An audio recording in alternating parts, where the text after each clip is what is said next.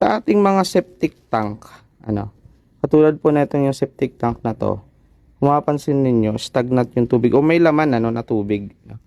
Natural lang po yun kasi bakit? Meron po yan flooring na konkreto. So nakakongkreto po yung flooring yan. Importante po yan kasi nandun po yan sa ating sanitary code, na kailangan merong flooring na konkreto. At least para hindi mag-penetrate yung mga solid waste o yung tubig mismo na to. Kasi kung meron na tong mga solid waste, may mga tae, mga ganun. So, na siya, kumbagay polluted yung tubig na to. Mape-penetrate, pupunta dun sa ating mga lupa. So, delikado po yan. Lalong-lalo na kung meron siyang malapit na drainage, meron siyang malapit na tubig, na source ng tubig, lalo na yung mga deep well. So, importante po yan, merong konkreto, nakakongkreto po yan yung ilalim. So, wala namang problema kung mapuno ito kasi meron naman tayong outfall. May outfall po ito.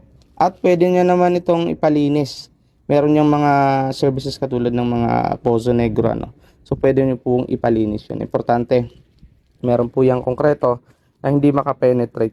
Kahit hindi mo yan konkreto, yung iba gumagamit ng ating mga yung mga goma, yung parang mga bilog. So, hindi po yun butas. So, importante hindi